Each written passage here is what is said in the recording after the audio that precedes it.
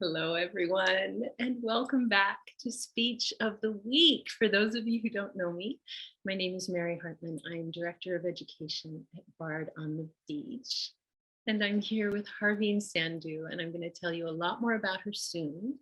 But before we begin, I just want to say how lovely it is to be able to connect with one another in whatever way we can right now. And it's an incredibly powerful thing to be able to gather. And so as we gather here today, I would like to invite you to take a moment wherever you are, because everyone's coming to us from somewhere. Take a moment to just appreciate where you are, to appreciate the history, the culture, the spirit of that place, and your relationship to it. We at Bard on the Beach are on the ancestral, unceded lands of the Musqueam, Squamish, and Tsleil-Waututh peoples. And Harveen, you're coming to us from somewhere else, aren't you? I am indeed. Hello, everyone. I am speaking to you from the ancestral and unsurrendered homelands of the Algonquin Anishinaabe people, and what is now colonially known as Ottawa in Ontario. And I'm so, so grateful to be working and living and playing on this land and to be joining you across the country, right, Mary, from where I am. Well, I'm so happy that we are able to do this. I know that we wanted to do this back in April and we couldn't. And so I'm just so grateful that we were able to pick up where we left off and do our best to sort of come through this a little rusty as we are, but we're so happy to be back in the swing of Speech of the Week. I do want to take a moment before we jump in to thank the sponsor of Speech of the Week, and that is Blue Shore Financial. Thanks to their support, we are able to do this program completely free of charge, and that makes us deeply happy. The other thing I want to let you know before we jump in too far is that if you would like to turn on closed captioning, you may do so. It's on the lower right-hand side of your screen. You can turn it on or turn it off as you see fit. So I need to tell you a little bit about Harveen, and I'm so happy that we're doing this. Harveen is going to be super familiar to lots of you because she is one half of the cast of Bard's 2021 digital season, our feature film, Done Undone. And if you have not seen it yet, you must. It is amazing, and Harveen's work is gorgeous. And it is available for on-demand viewing until the end of October. So hurry up, go to our webpage, and if you haven't seen it yet, please do. Harveen is an Ottawa-based actor and educator of Punjabi descent. Her first foray into Shakespeare was through Ottawa's amateur touring Shakespeare troupe, Salamander Theatre, where she cut her teeth playing every anonymous servant and lady-in-waiting imaginable. After graduating from Ryerson Theatre School in 2012, Harveen delighted in the opportunity to play on stages at Soul Pepper, the Shaw Festival, and most recently Bard on the Beach, which marked her joyous return to Shakespeare, and where she played Celia in the sellout Beatles-inspired production of As You Like It in 2018. Harveen is a proud mentor in our own Riotous Youth program, and so she supports the development of young artists, and she is amazing at it. Harveen, I'm so glad you're with us. Welcome. Thank you, Mary. It's so kind. I'm so thrilled to be here, and I'm so excited to dive into this gorgeous speech. So let's start with the speech. Now, when we sent out our invitations to our guest artists, we actually asked you to choose which speeches were really interesting to you. Why this one for you? How did this resonate for you? How did it speak to you? Yeah, that's sort of the central question: is why this speech?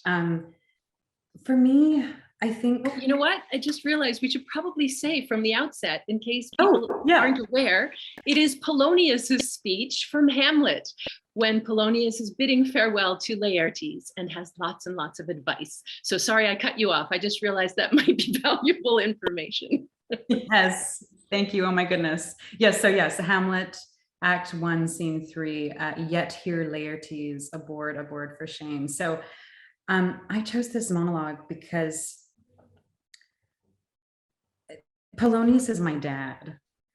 And I mean that, like, I don't mean that metaphorically. I mean that like literally. My dad has done this countless times. So, you know, as an actor, I've had the privilege of being able to travel across this country for my work and going here and there. And so I'm always leaving home, which is like, as I got older, a progressively more and more painful thing to do every time. But it's something I started doing when I was 17. I left home for the first time when I was 17. And Laertes in this is probably not much older than 17 in this scene. And he's going away off for his first adventure as a young man, and it's on the precipice of adulthood. And I remember so vividly when I left home for the first time to go to theater school in Toronto. My dad, you know, the bags were packed, the car was full. My mom was just puttering around frantically, doing last minute things, packing sandwiches for the train, etc. But I remember my dad sat me down and said, "Okay, before you go, let's talk." And he basically said this speech, like, and I'm not kidding, Mary, like literally the same things of, okay, you know, you're going to be in a big city, you're going far away, you got to look out for yourself, you know, when you meet people, be kind, but don't be overly trusting until you've earned, right, until they've earned your trust. Speak, listen more than you speak, all of these things, like literally give every man thine ear, but few thy voice, right? He said all these things, and it was so beautiful then. Of course, then my 17-year-old self I was rolling my eyes a little bit because I was doing the classic thing of, yeah, Dad, I know you do, yes, I do that already, you know, all that stuff, right? But what's so beautiful, Mary, is now, I guess, you know, this maybe comes with a modicum of slight maturity that I've, you know, managed to get just from that time when I was 17. Now, when I leave, I'm the one who's waiting sort of tearfully and wistfully for my dad to sit and give me this speech all over again. And he does it every time. And now I cherish that moment with him. So it's very powerful and it's profound. And the lessons are beautiful and they're real. They're things that parents would say. And Mary, I know when we talked about this back in, I guess, April, when we were first hoping to do this, at the time, Mary, you were saying bye to your son, is it? My own children are on the other side of the country. And I was preparing to, you know, send my son, who was 17 when he left, off for the first time to Toronto. And so, yeah. And what and how, and I remember we talked about it, and you were almost in tears, and that it is on you are, as Polonius, also on the precipice of something, not just Laertes, who's going to have the adventure of his life and who's ready for it and who's hungry for it, but Polonius is also having to let go of his son and let go of his child and trust. It's a huge leap of faith and act of courage to go, universe, I give you my son, please look after him. And I've done everything I can. I'm giving him my blessing. I think I've taught him everything I know. I think I've given him all the, you know, the teachings and all the wisdom that he needs. But really, please just look after him. So there's a prayer in it. There's a blessing in it. And what's beautiful too, Mary, about this speech that I love so much is, you know, Polonius is hilarious. Like he's sort of the comedic relief of Hamlet in so many ways. And that's saying a lot because there's not a ton of comedic relief in that play. But this is an opportunity to experience Polonius' sincerity and to really realize that he's a father at the end of the day. And, you know, so when we're accessing this speech, I'm not actually a parent. As Harveen, as myself, I'm not a parent. I'm a child. So, you know, I know this, but there's a parent in me, right? There's a parent in how I treat my nieces and nephews and how I look after, right?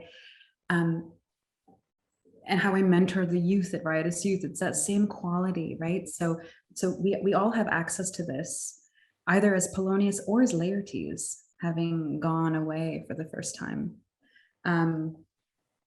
So it's really beautiful.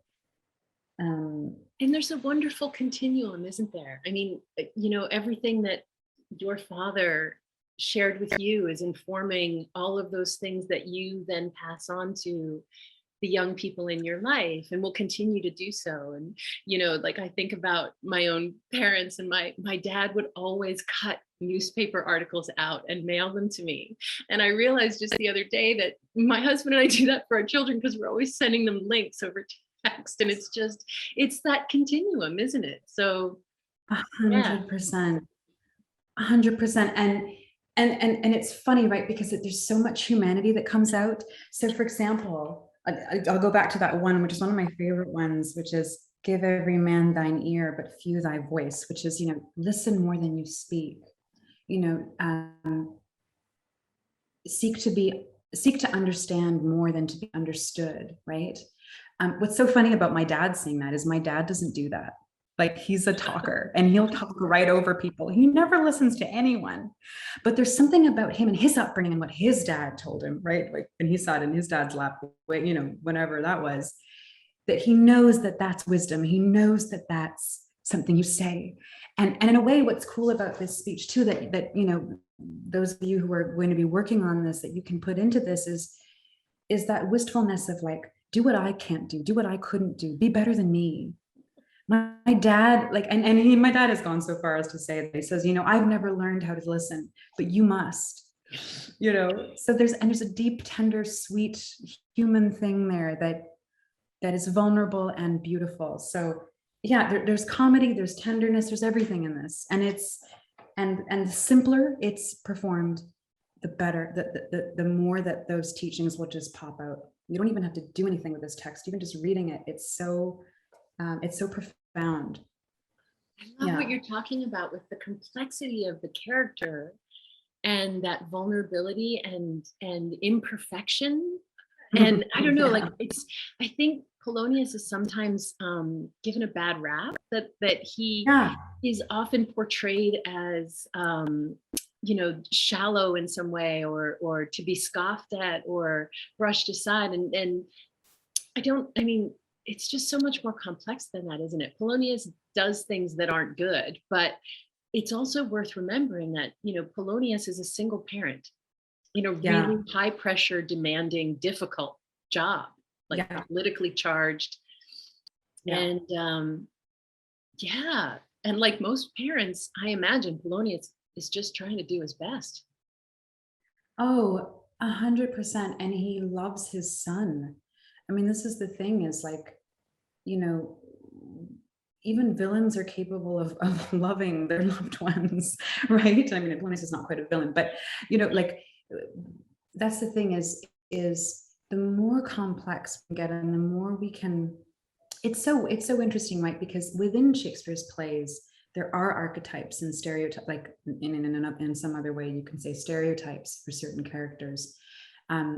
But the capacity to be complex is in everyone. And it's really, it's more exciting when you're able to mine that three-dimensional quality in the characters and go, how can I bring the lover into this person? How can I bring the child into this person? How can I bring the father, the grieving, whatever it is? Like, how do I make them human, and how can I have empathy for them?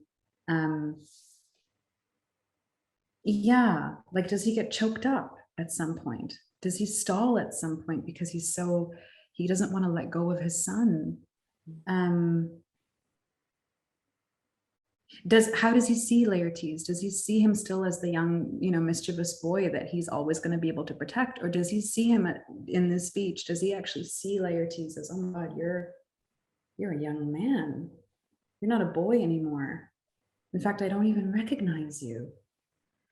And what will you be when I see you next? When will I see you next? And will I recognize you then? I mean, there's so much going through his mind, right? So this is his last moment of contact. It's precious, actually, I think. And there's funniness, there's comedy in it, and there's lightness, and there's, right, that thing of, where is it? You don't get into a quarrel. Beware of entrance to a quarrel, but being in, bear it that the opposed may beware of thee. right? So don't be a fighting man, be peaceful. But if you ever do get in a fight, make sure that you win, or make sure that your opponent knows what you're made of, right? Like there's the funny thing there, right? So there's lots of fun things to play with in it, for sure. Oh, Yeah. definitely. So as you look at the speech, like what are some of the features that jump out at you as being especially interesting or important, or like the real juicy stuff that actors get to play in? Yes. So, I mean, this is one of the beautiful things about doing Shakespeare is, with modern and contemporary text, there's subtext. You say a line like "I love you," but really you're saying "I hate you." And there's all kinds of cerebral psychological work you have to do. But with Shakespeare, it's all on the page, and he's giving you all the clues in a way of how to perform this and how to access this. And so for me, the most important thing is obviously beginning from a place of understanding. So going, what do I understand? What do I not understand? So one thing I like to do is comb through the text and map the argument. And punctuation helps with this, drawing lines and going, okay, at this chunk here, he's saying this and summarizing it. This chunk here, he's saying this. But another thing I love to do is definitions.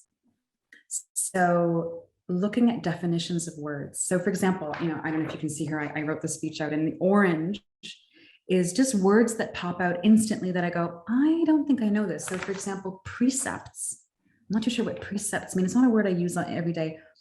The word vulgar even, it's not something that's in our day-to-day, right? But we think we know what it means, but unfledged, censure, husbandry, right? These are words. And the moment you start to dive in, etymology is so fascinating, and the origin of words too, right? Like becomes spiritual, and then you start to really build connections to the language and go, wow, this is what this word means.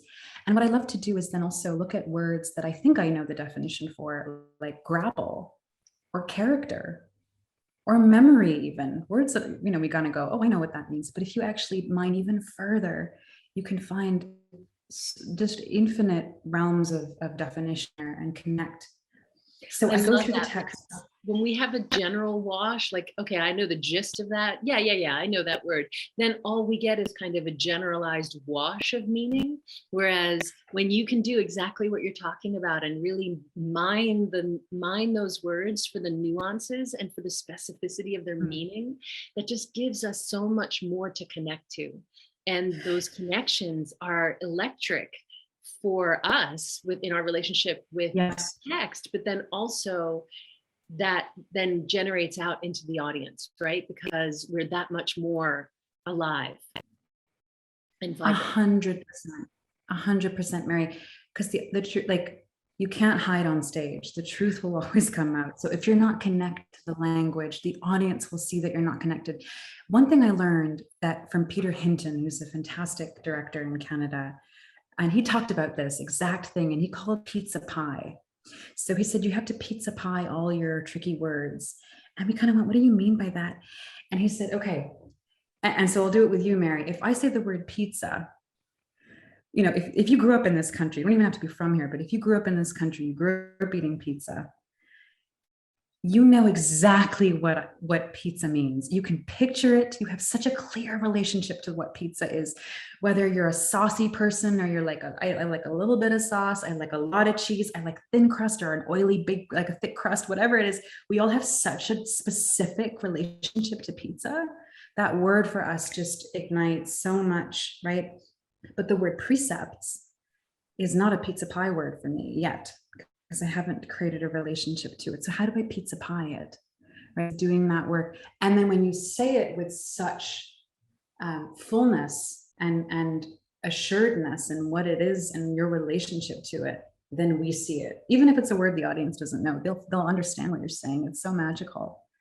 So yeah, it's exactly that. And so combing through and finding all your words so that you know what you're saying. And then what I love to do, so this is something actually that we talked, so I would love to actually share my screen if I can, Mary. what I'm going to do is just comb through.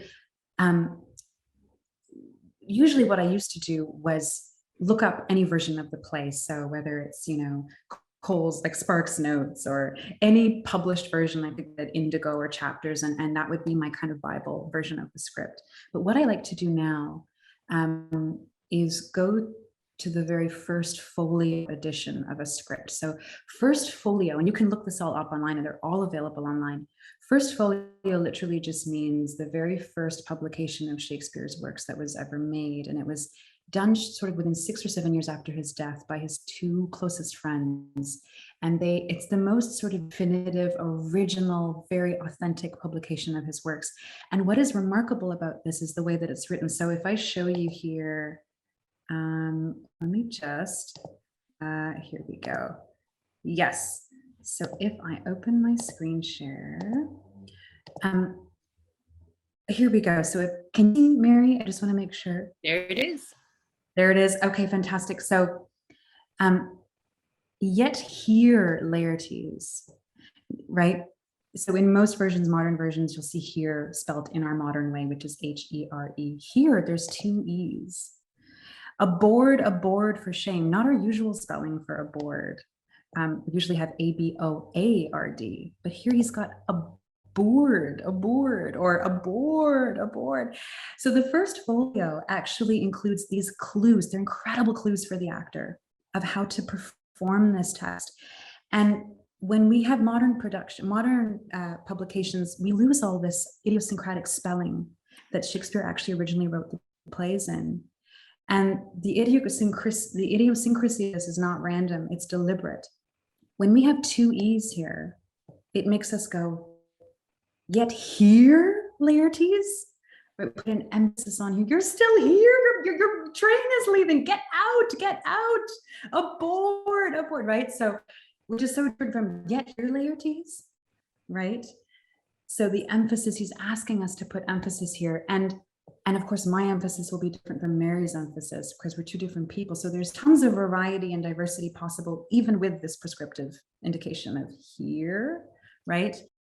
And then you'll see things like this. In the first folio, this is the only place where you'll see a capital that is used not just for proper nouns. So the word precepts is given a capital letter, the word character. And Shakespeare here is telling us something, that there's an extra emphasis, there's an extra quality that is needed with this word. So I like to go through the first folio of a text versus sort of just the kind of more commonplace modern publications. And that'll give me so many clues. So I'll stop the share. And I can actually share that maybe in the link here to everyone. I don't know if everybody got that, but that's just a link to the first folio of this monologue. That's great. When I can, I'm going to try to also pop into the chat the URL for the Internet Shakespeare Editions, which is produced out of the University of Victoria. And what's really wonderful there is you can see facsimiles of various various folios. So there's the first folio of 1623, and there are different versions of it because there's no such thing as one. They're a bunch that have survived, and each one is unique. And then about half of the plays appeared for the very first time in print in that book in 1623, the first folio. But they also have second folios, third folios, fourth folios. And then the other thing they have are quarto editions, which were the individual plays. About half of Shakespeare's plays were published either during his lifetime or shortly afterwards. And they're different from the folios. And so that's a really interesting thing as well. There's the famous so-called bad quarto 1 of Hamlet is very, very different. Although there's some really exciting things about the structure of the play in there. The scene order is different and much more dramatic. And then the second quarto of Hamlet, which is a really good edition as well. And you can sort of look at that compared to the folio and see, it just becomes really interesting when there are differences. It isn't an easy answer why there are differences when there are, but it's just interesting. And I think it's really great for actors to look at these quartos and folios as well as edited texts, just to sort of Yes. see what is most resonant and support individual actors' choices. Because there's no 100%. definitive text. There's no definitive text and there's no definitive performance, right? There's no one right way to do it. So just because he's A-E-E-R-E here, I mean, he's inviting you to lean into the here, but you don't have to either. There's so many, right? There's so many ways you could put in laertes instead of the here, right? There's obviously, so it's not prescriptive in that sense that you must do this, but it is really interesting to get into the playwright's mind and trying to see what he was hearing and what did he want to hear. And then, of course, as you said, Mary, how does this work in my mouth, in my voice, in my body, with my experience in this human instrument? How is it going to live differently here? Yeah, no, that's fantastic. Yeah, first folio, super fun thing to go through. And it really helps with actors' instincts. It is instinctual. Well, and I think it's really easy for us to forget because we receive Shakespeare through all of the traditions and the legacy and all of the ways that Shakespeare has been taught to us, with all of those assumptions and traditions and all this sense of the right way to do things, when actually that's so un-Shakespearean. It's great to look at these texts and be reminded that Shakespeare was writing before there was a one way to spell a word. Yeah. Right? Standardized spelling came later than Shakespeare. And so that it's much more open in exactly what we are talking about. And so that's another reason why I love looking at the folio and the quartos and just opening up the possibilities. That's it. And not knowing, like purely experimenting and experientially, making choices, or even just going for the ride and going, what if I say it like this? Or what if I say it like that? Or Katie has done a lovely thing. Katie has put a link to the first quarto of Hamlet into the chat for everyone. And once you're at that site, the Internet Shakespeare Editions, you can poke around. That it's just it's a treasure trove of wonderful stuff for everyone. And I will just take a quick moment to say to everybody, please feel free to use the Q&A function to ask any questions. And we will leave time at the end for Q&A, but also if we see an opportunity to just go ahead and address something in there, we will. So Harveen, I cut you off. I didn't mean to. Where do you go next when you're working on this speech, or what is your practice? What would you do next once you know what all the words mean and you've found all of those beautiful, specific, nuanced meanings so that you can really fire your own connections? What's next in your process? So after doing that essential work of understanding, what am I saying? Oh, and the folio, exploring and that. The folio, and mining and combing through the words and everything. The second thing, I do, which is really important, is putting it in the body so that it lives in the whole body. So what happens a lot with Shakespeare, and I fall into this trap all the time, is a lot of the time it lives just from kind of the head up because it's so wordy. Right, so it becomes it's very cerebral, and we're just talking heads on stage kind of thing, But what's so funny is that, Shakespeare's actually, yes, it's very wordy and verbose, but the language is so there's so much movement in it, and ideally, what happens is you connect it so deeply to yourself that it ignites your whole body, and there's a wildness to it. And the way that it lives in the body. And so one thing I learned from Lindy Davies, who is an extraordinary teacher, is sort of an iambic dance. So iambic pentameter, right, is the rhythm in which I'm sure all of our viewers are very familiar with iambic pentameter, the rhythm of the text. And so an iambic dance, and I mean, it's a hard thing for me to explain on Zoom, and let alone, and I'm definitely not going to show you on Zoom either, but really, breaking up the text into little chunks and putting it in the body and finding psychological gestures or finding physical gestures. And it's about grounding the speech into the body and developing a kinesthetic relationship with it. So I don't just exist as a talking head. Another sort of offshoot of this is doing a punctuation walk. So taking the text, you have it in your hand and you have a nice big empty space with no furniture so you don't bump into anything, and you walk through the text. So you'll speak and speak, you get to the first period, and then you'll stop and really explore that stop, the full stop. If you get to a comma, you might turn direction. If you get to a semicolon, you might go up on your tiptoes to feel that suspension of what's going to come next. What am I about to list, or what am I about to qualify? So a punctuation walk, again, puts the movement of your argument and of your speech into your body and gives you a sense of the rhythm of it. So that is something that I do.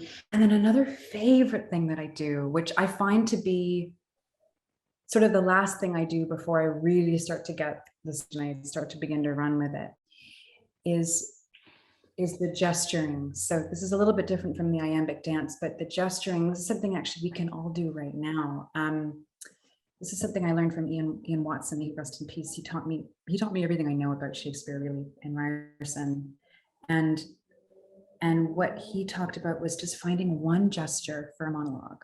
Because as I said before, you can generally break down every character in Shakespeare and every monologue into a certain archetypal offering, whether it's the archetype of the lover or the archetype of the wronged woman.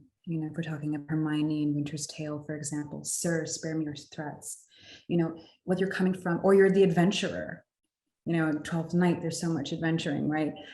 Or you're the villain. So you come up with one gesture, and again, there's no right or wrong gesture. It's what ignites you. So Mary's gesture for love will be different from my gesture for love, but typically for love, it's so funny how there are also universal themes where we all tend to do the same thing. So for example, Mary, I was thinking about this, when we get to the top of a mountain, or when we get to a viewpoint, or when we get to, when I remember when I climbed Grouse Mountain in Vancouver, the first thing I did was this. Like, it's so universal. It's so universal for you, no matter what culture you're from, no matter what time you were born in, era or epoch of the universe you were born in. We do this, we put our arms out. And when we win a game, our arms go up like this, right? Love, right? We hold our heart, or we hold out our hands almost like a bowl, offering. Loss, when we're coming from a place of loss, that also tends to be very similar to love, interestingly, holding out as if in supplication or prayer. This is a fun one, and we can all do this right now. Everybody who's watching, this is fun. So villainy, we're talking about conspiracy or plotting. And this is so effective. If you take your hands and you have them palms face down, and you put them sort of low, right to about your stomach, you bring your elbows in and you're putting them down, as if you're kind of telling someone to, and then you look straight ahead, but you bring your face down.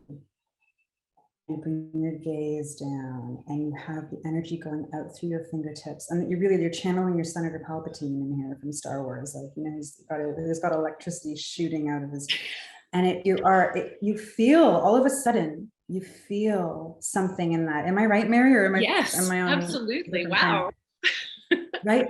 And this is so interesting, because a simple gesture like this, a universal gesture, and if you find your own gesture, it changes your quality. It changes your vibration and your frequency, and it activates something in you that you can feel, and that the audience will certainly feel if you feel it. So one thing I like to do is to take this monologue, find the gesture that is appropriate for it, and then do the whole monologue with that gesture, just still. And it's an exercise, because you wouldn't necessarily perform it that way. But the act of doing that and the exercise of doing that grounds it in such a way so that you have that relationship to that feeling and that tone. But it also harnesses your energy so that you're not dispersing your energy by, having too much unnecessary movement or tics or pacing or things like that. Or that thing where you don't know where to put your hands, kind of. Yeah. Exactly. Or your feet are shuffling, and it drains energy from the monologue. You want to keep that and put that in the language instead.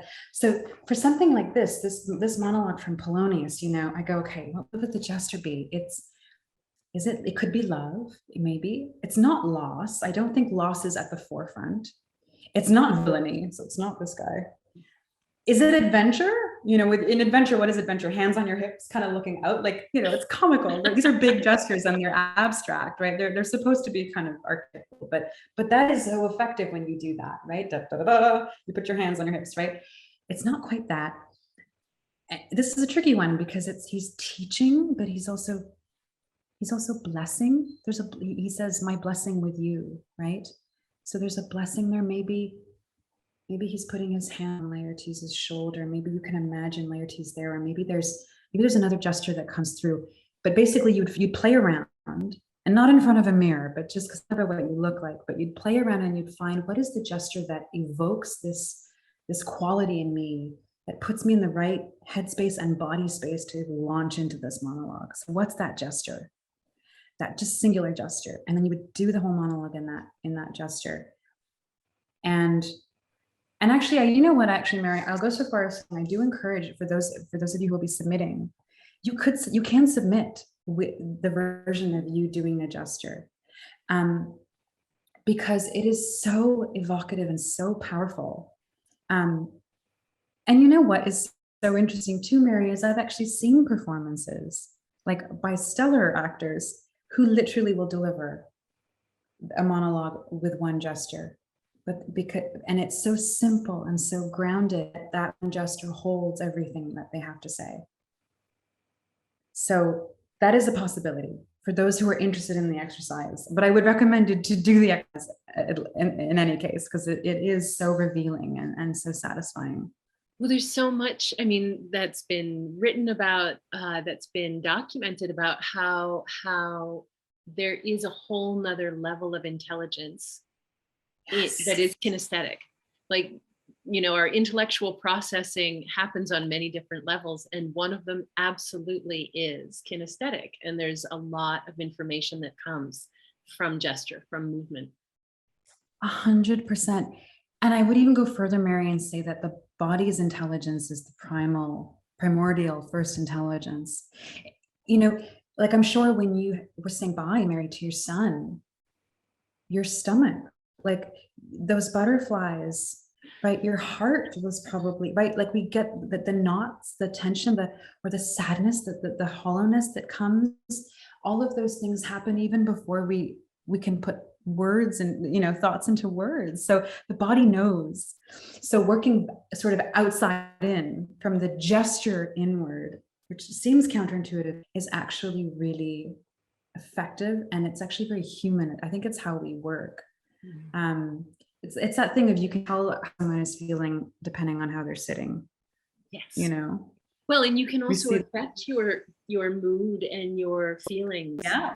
Through movement or gesture. I remember the TED Talk, can't remember who it was, but who had that advice of doing this, like, yes, you have to give a big presentation or a job interview or something. And I've done it. I've gone into the washroom and done this for a while, and it does make a difference. Oh, it actually, and it's chemically, it changes your chemical structure and that's what that is actually what yoga is. Physical yoga is literally manipulating yourself geometrically to bring about a certain harmony and an alignment within yourself, right? And it actually does affect the way you think and the way your brain works. It's phenomenal. So you can do that on a micro scale with this, and you can try it many different ways. Is the other thing. Try with a different gesture. How does that change it? Is it right? You might go, oh, this one's wrong. You'll know in your body what's right and what is not quite it.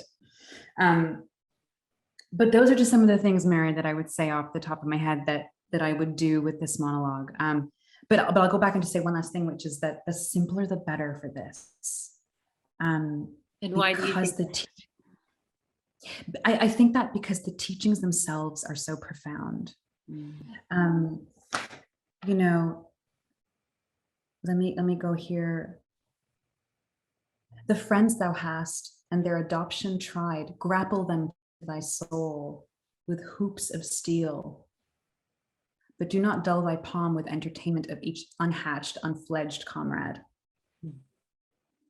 Right? The simpler, right? The more you add on top of it with attitude and and different types of delivery, the more it becomes less about what you're saying and the more it becomes about how you're saying it. But what we need to know is what you're saying, because the words themselves are so, they do all the work. And the more, in a way, the more you can actually step out of the way of the words and get out of the way of the words, the more they will be able to just roll off your tongue and pop out in our mind's eye. I love that one.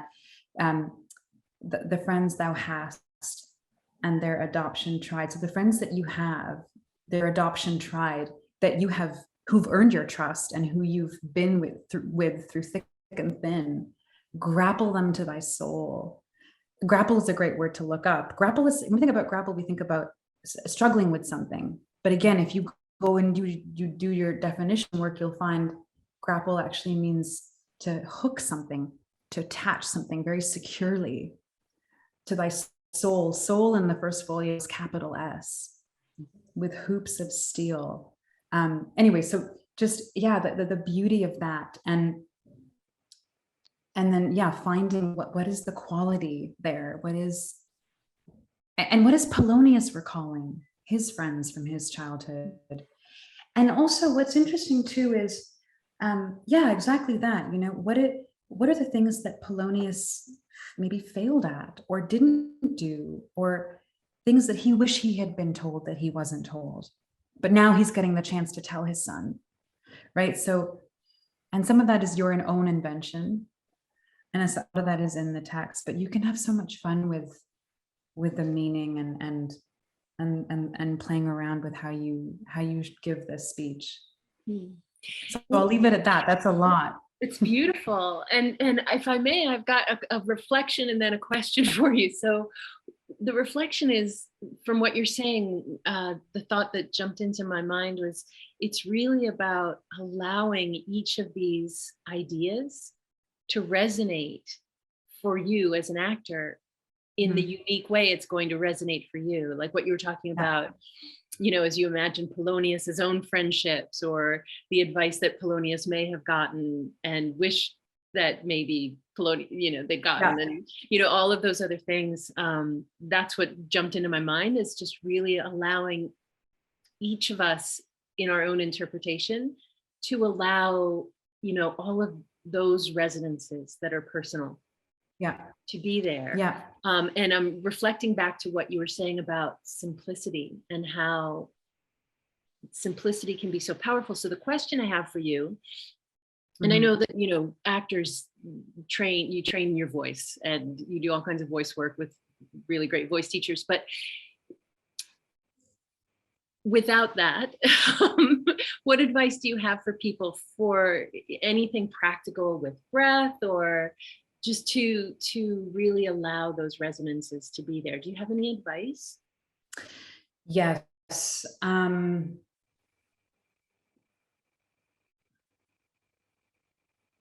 I think so. Two things is being deeply connected to your breath, which sounds so much, which is actually very difficult because we're not taught how to breathe. Like it's so true. We're not taught how to breathe. And so deeply connected to your breath. And the other thing is deeply connected to your impulses. And actually, if I may, Mary, I know, so there's one exercise that I would say does both of those things beautifully, and that I think all of our viewers can do at home, which is really kind of the most fundamental way to connect the language, to bridge the language into speech, into actual delivery. And you don't even need any vocal training for this. In fact, this is a way to bypass all of that, it's a process called dropping in. And I know, Mary, you're probably quite familiar with this. It was developed by one of my mentors in life, Tina Packer at Shakespeare and Company. It's her exercise. Fantastic. And it's so funny because I learned dropping in from 3 different teachers, and they all had very different versions of it. But the dropping in, right? Because it's one of those things that, again, the tradition evolves with different lineages of thought and practice. But the lineage I learned is, so let's do it. So let's take the first line. Yet here, Laertes, aboard shame. So lying on your back on the floor in a comfortable position, close your eyes, and just first of all, connect to your breath. You place your hand on your belly and feel the soft rising and falling of the breath. And don't affect your breath, don't try to change anything, just observe what it's doing. You have a moment of connecting first to yourself and arriving on the floor, being there. Open your eyes, lift up your page, and you look at the first line. You go, yet here, Laertes, and just do that part. So you break every line into little bits that make sense. Yet here, Laertes, and then you'll put the paper down. And then you'll close your eyes again, and you'll hear in your mind the words, yet here, Laertes, but you won't say anything. And basically, the process of dropping in is essentially hearing that text and allowing that text to slowly start to tickle and dance upon you, upon your memory, upon your mind's eye, your imagination, your heart, your life experience, until things start to come up and you start to see things, or you start to hear things, or you start to feel things, or your fingers might tingle, or you might get a memory, or you might get tears in your eyes, or nothing might happen. You might go, I really don't connect to these lines or these words, and that's okay too. But the idea is you drop in the text very, very deeply, and you don't speak that text until you're completely full of the experience of those words and what they mean to you. And only when you feel the absolute impulse to speak, you speak it. And what happens, and Mary, I know you've experienced this as an actor as well. So what happens is when you connect that deeply to the text, you're basically, what you're doing is you're creating a pathway to the language that is imprinting deeply within yourself, so that when you speak it, and you speak it on a genuine impulse, and you're so full of the experience of what those words have done to you and what they mean to you, it comes out sounding so authentic and so real. So there's never a question of how do I deliver this? It just comes out, and it because you're so grounded in an experience of it viscerally, there's no way that it can come out except for authentically and genuinely and in full voice. You won't be caught in a whisper. You won't be trying to put something on. It will be your real true voice when you're truly grounded and connected into a visceral experience of that language. So, I mean, that's a really like crash course, kind of almost adulterated version of dropping in, of explaining it, because it's a very complex exercise, but it's a very beautiful way of building that connection. And then what's beautiful about that too, Mary, and you know too, is when you're totally in the center of what you're saying and you're grounded, the breath takes care of itself. You'll never run out of breath. You'll never be breathy. You'll never have to mark places where you need to breathe like an opera singer would for music. It's different. You'll just be breathing naturally because you've now imprinted it in such an authentic way. One of my favorite ways to think about it is it's a little bit cheeky to say we don't actually have to breathe. We just have to allow the breath to happen. Our bodies breathe for us if we just get out of the way. And modern life causes us to put blocks in place and hold our breaths. And a lot of this is what I learned from my voice teacher, who was Kristen Linkleiter. And amazing. The best teacher ever. Tina Packer, I mean, just stunning. So yeah, if we can just find a way to get out of our own way and just allow the breath, then it will be deep, it will be connected, it will serve us as actors. 100%. In theater school, I remember they kept saying, breathe. And then I go, which is effort, and it creates more rigidity, more tension. And then I met Lindy Davies, and she said, allow yourself to be breathed. And I went, what? And immediately the breath just dropped into my belly, and I allowed for breath to drop in, because the breath is already doing it for you. It is the one thing that is your constant anchor, literally from the moment you're born to the moment you expire, so you don't have to work. And it's your friend. And yes, the dropping in helps to connect that to the text and bridge what seems like a foreign kind of thing that you have to grab onto, but then you channel it into this organic thing that is always happening within you effortlessly. And then it becomes this beautiful dance that you don't even have to control, that you are in a way the dance that is being danced instead of you trying to generate a dance. If that makes any sense. I love that distinction. I want to encourage our attendees to pose any questions now, because we are coming close to the end of our time. And in the meantime, I do have a question, but it's a little complex. I have been so excited, about Done Undone and about the insights that come through that piece of work. And also in an interview with you that I read a week or so ago about bringing more of yourself to your Shakespeare and how wonderful and exciting that is. And so much about what we're about at Bard Education is encouraging everyone to do that. And so the question I have for you is how you balance that magnificent impulse that makes me so happy with what we were so often taught as actors, which was to sort of not forget about yourself, but sort of open yourself up to what's there in the text or what the character is. Or do you know what I'm getting at? That kind of, I think there's a paradox in there that seems really interesting to me. And I'd love to hear your thoughts about it. Absolutely, Mary. To be honest, it's still something I'm grappling with, to use a word in the monologue. And it's something I'm constantly going on and changing my opinion about, because it is an evolving thing. And these conversations are also new to us in the community now, and in the larger community of the world too. But the truth is, you cannot bring anything but yourself to a monologue or to the work. You can never be anything that you're not. You can never speak for anyone that you're not. You can't fabricate life experience where you haven't had experience. So you will only ever bring your full self and everything that you are to the work that you do. So in a way, you have, I think the good thing to do there is trust that will always come through. So I played Shakespeare, for example, as you know, Mary, in Done Undone. There were 3 scenes where I played William Shakespeare, and I'm a brown woman. I'm an Indian woman playing Shakespeare.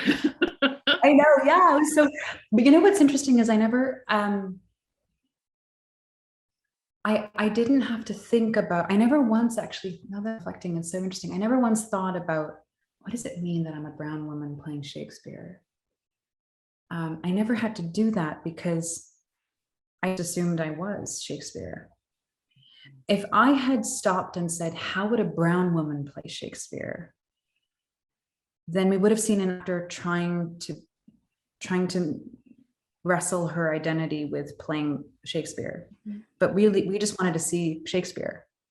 So I had to believe I was Shakespeare. And I had to trust that I was bringing my humanity, my quirkiness, my ego, my spiritual self, all the sides that I wanted to bring out in William Shakespeare, I had to access in myself.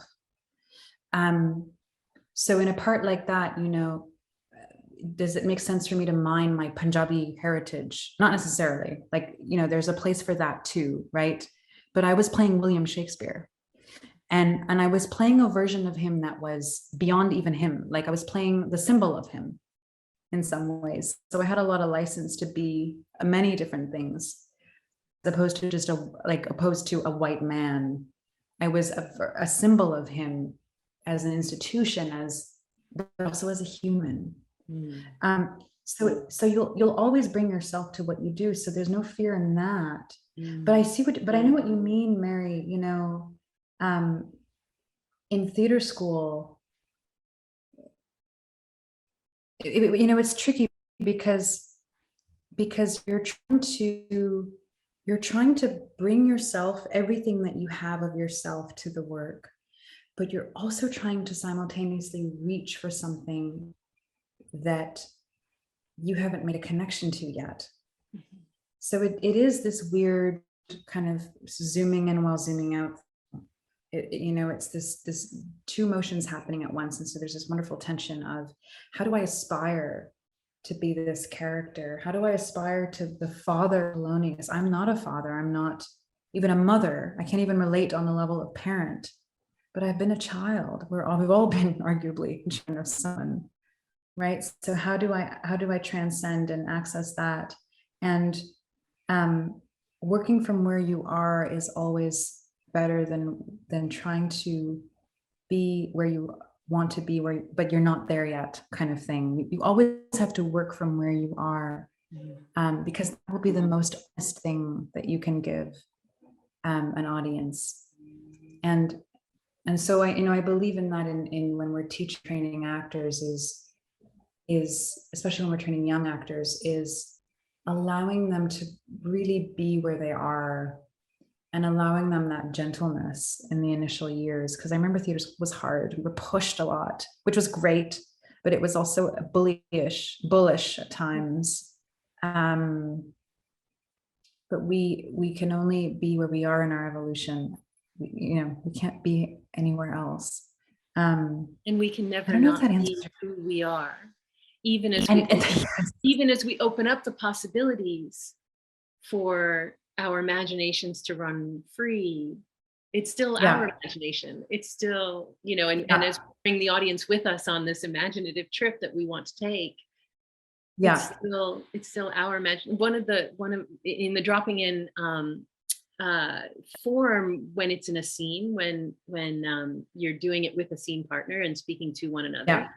One of my favorite things about the instruction as I learned it, because it starts with eyes closed, and then the instruction when you're sitting quite close to your scene partner, and the instruction when you open your eyes, just know that when you open your eyes, at the same time you'll be seeing Harveen and, let's say, Katie. You will also be seeing Polonius and Laertes. Yes. And is that wonderful simultaneity, if that's the word, where yes, you are Polonius and you're Harveen, and we see both at the same time, and that's quite delightful. 100%. And that's why I really think acting is a radical, in a way, it's a deep form of spiritual activism, I think, because you are seeing yourself in the other constantly. You're recognizing your own sacredness, your own ability to be XYZ. And then you see in the other person their ability to be XYZ, their suffering, their longing, their desire, their heartache, their joy, their innocence, which is the same as your joy, your innocence, your suffering, your longing, all of that. So, and it really is amazing, Mary, because, as you know, we're getting to a place in theater where we're gender bending a lot, and we're also bending generationally. We're having younger people play older people, and older people play younger people, and we should, because we can't, the things that we are accessing in these wonderful texts is accessible beyond any of those identities, and it's accessible to us. It transcends all of that in a way. So. And yet there's a certain amount of life experience, right? That, the Olga, I played Olga in Three Sisters. It was this Russian spinster. In theater school, I was 20. Now, arguably, I would play Olga better today. I still would be too young, but I'd play Olga better today than I would then, right? So yeah, there's relativity, and there's something to be said for life experience. But even at that age, developing that sensitivity for the passion or the longing or the grief of an older person is a beautiful exercise in empathy, and in being able to see and understand the other. Yeah. I love that. And the way, what you were talking about, as we enable and empower one another in this, in our scene, is, I'm making space for you to be yourself, and, and vice versa. And it's all in service of the audience. Yes. And there's something really, really powerful. And I love that phrase, spiritual activism. So powerful. we have to draw this to a close. I'm sad to I say, know. Harveen, I love talking with you so much, and I'm It was such a joy. Such Do you a have pleasure. any I'm so last bits of advice for our participants who will be diving into the speech and bringing their own sensibilities, their own personalities, their own imaginations to this task? I do, and that one thing is enjoy yourselves, and I mean that literally. The word joy is in there. Do what brings you joy. Like I said, there's no right or wrong way to do this. The wrong way is if it doesn't bring you joy. If you're trying to hammer out a version that is correct, or that you want to get right, I would say knock all of that out of the park and say, no, I want to enjoy this. And so dance with it, move with it, run with it, sing with it, bend it in all the different ways that you can, twist it around, play with it, and really truly find in it what is enjoyable about it, what is pleasurable about it, and what ignites you in it. And chances are, if you enjoy it, we will enjoy it. So yeah, that's what I'll say. Beautiful. I want to thank you again, Harveen, and thank you, Katie, the magnificent Katie, who makes this all happen. I want to thank everybody who was able to join us, and encourage you to come to the working session where you'll get to play with our teaching artists. And regardless, do the speech yourself, make it your own. If you can, record it and send it to us. We will delight in that, but we'll also delight in just knowing that you're out there making all of this your own. So until next time, farewell. Thanks, everyone.